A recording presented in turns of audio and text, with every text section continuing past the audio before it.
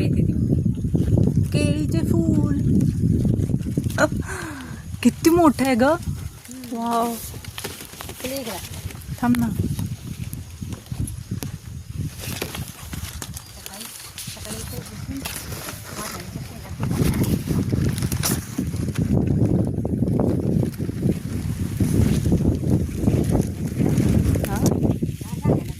हा आणि केळी आलेली बघ.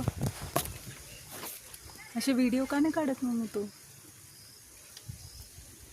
आंब्याची झाडं बघितली होतीस का तू लावली तेव्हापासून का नाही? हा